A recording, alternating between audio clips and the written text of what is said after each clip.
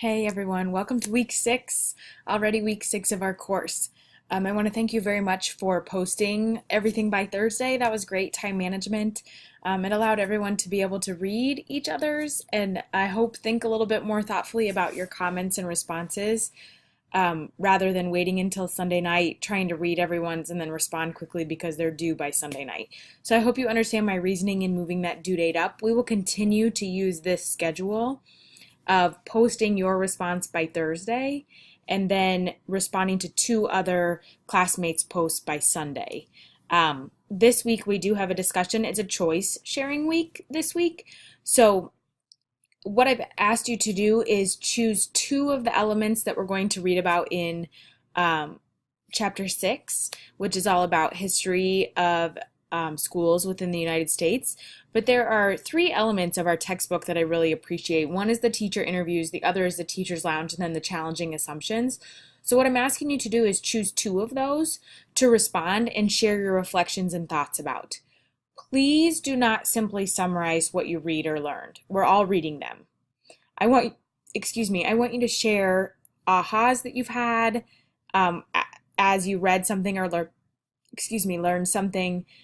Something that you're going to apply to your classroom, something that you admire and why, a connection that you can make between your observation hours and something that you read. I want you to think more about it and share more with us than just a summary. So I hope that's clear. Those 3 pieces, the teacher interview, the teacher's lounge, and then challenging assumptions, you're going to choose 2. The second assignment that you have this week is your history of education paper. In your history of education paper, you're going to choose a minimum of 3 times in history to analyze. So 3 different times in U.S. history to analyze. And through your analysis, you're either going to compare or contrast to today's education. So you're going to have to use some of the things that you've experienced as a student, possibly some of your observation hours, your teacher interview. You could pull in as part of your examples, but with your minimum of 3, you're either going to compare or contrast. If you can do both, great. You're going to notice my example is a comparison. I pulled this event straight from the chapter of reading, chapter 6, and then I compared it to today's movement of STEM. You're going to notice as you read through here, I give an example from the STEM scale up.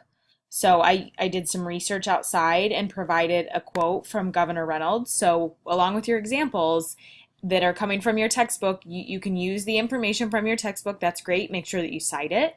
And then also do some outside research to support the examples that you're providing. So here's one of my examples. Then I would continue with 2 other events in history, either comparing or contrasting. Again, if you want to do both, that's fine. This paper is due by Sunday. Please make sure that it's double spaced, submitted to me in .doc, which I think everybody got figured out. They were submitted easily. If you have any questions about the paper, something that I haven't included, let me know. Please cite with a works cited page using APA. APA is the citations that you'll be doing if you continue in education. So we're going to practice that within this course. Again, that is due Sunday. I want to thank Courtney for commenting on last week's post. Awesome to know that you have 11 observation hours done. Thank you very much for doing that. If the rest of you could please comment on this week's post, I just want to touch base with how many observation hours you've completed.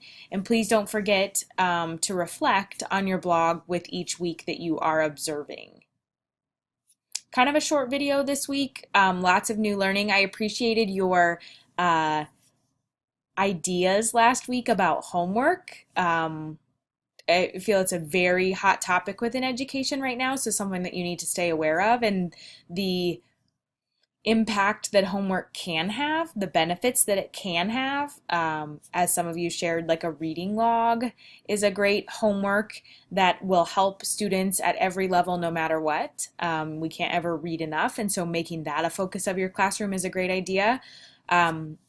As some of you responded to in the discussions of homework about time management, There's lots of ways within your classroom that you can also teach time management. Not saying that homework as a time management is a bad thing, but it's not the end all be all of teaching time management. There's a lot of people that have great time management skills that didn't learn those from doing homework.